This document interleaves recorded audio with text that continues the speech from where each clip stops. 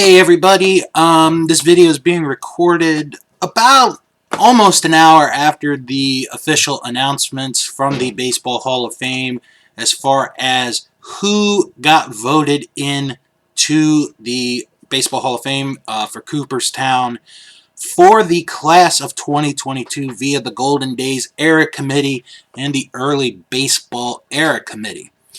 Between the two, 6 new inductees will be going to Cooperstown next summer. Let's start with the Golden Days Era Committee. Minnie Minoso got the most votes from both committees. He received 14 of the 16 necessary votes, 87.5%. He is on his way to Cooperstown. Gil Hodges, Jim Cott, and again, I'm going to apologize for the first time for pronouncing Jim Cott's name incorrectly in my previous videos. And Tony Oliva each got 12 votes. That's 75%. They are also going to Cooperstown as well. Dick Allen fell 1 vote short of getting into Cooperstown. He had 11 votes. Just missed it by 1. Kind of surprising there. Ken Boyer, Roger Maris, Danny Murtaugh, Billy Pierce, and Maury Wills received 3 or fewer votes each. Meanwhile, for the early baseball era committee, Buck O'Neil received 13 votes. That was enough to get him into Cooperstown, to get him into the Hall of Fame. And Bud Fowler got 12 votes. He got in. A local boy from Cooperstown, going to be in the Baseball Hall of Fame. Other individuals who got votes, Vic Harris just missed out on getting in. He got 10 votes, missed out by 2. John Donaldson got 8 votes. Allie Reynolds got 6 votes. Lefty O'Doul got 5 votes, and George Scales got 4 votes.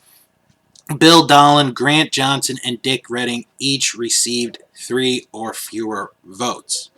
So, already for next July, for the Baseball Hall of Fame induction ceremony, there will be 6 new inductees going in. The one I think everyone is happy for the most is Buck O'Neil. He should have been in a long time ago. I'm sure his family are having a celebration right now in Kansas City that Buck O'Neil is going into the Hall of Fame. And how about Minnie Minoso?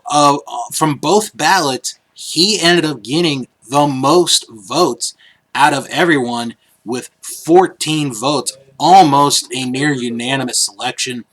Gil Hodges getting in. They were talking on the MLB Network. His widow, who's 96 years old, is still alive, and she probably will be on her way to Cooperstown next summer.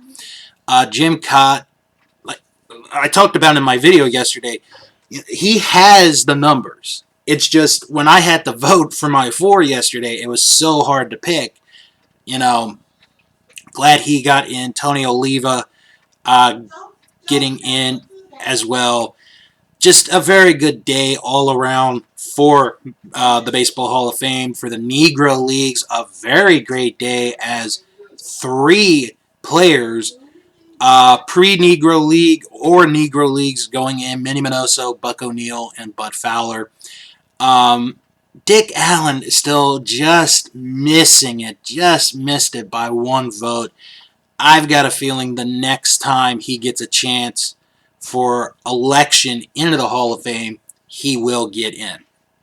So, the next time the Golden Days Era Committee will meet is going to be in 5 years, which will be in 2026. That will be for the 2027 Hall of Fame class. I'd imagine Allen is going to be on the top of that list there. As far as Boyer, Maris, Murtaugh, Pierce, and Wills, remains to be seen how that's going to go. And the Early Days Era Committee, I talked about it in my video.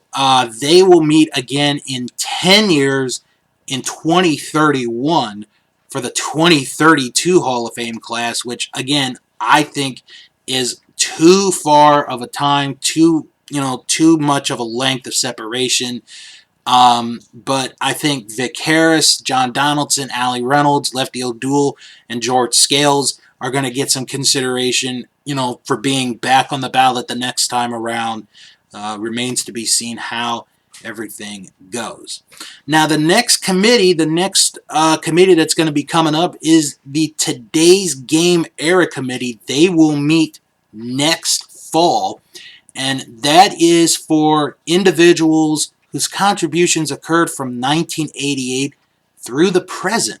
So it'll be interesting to see who will be up for consideration there.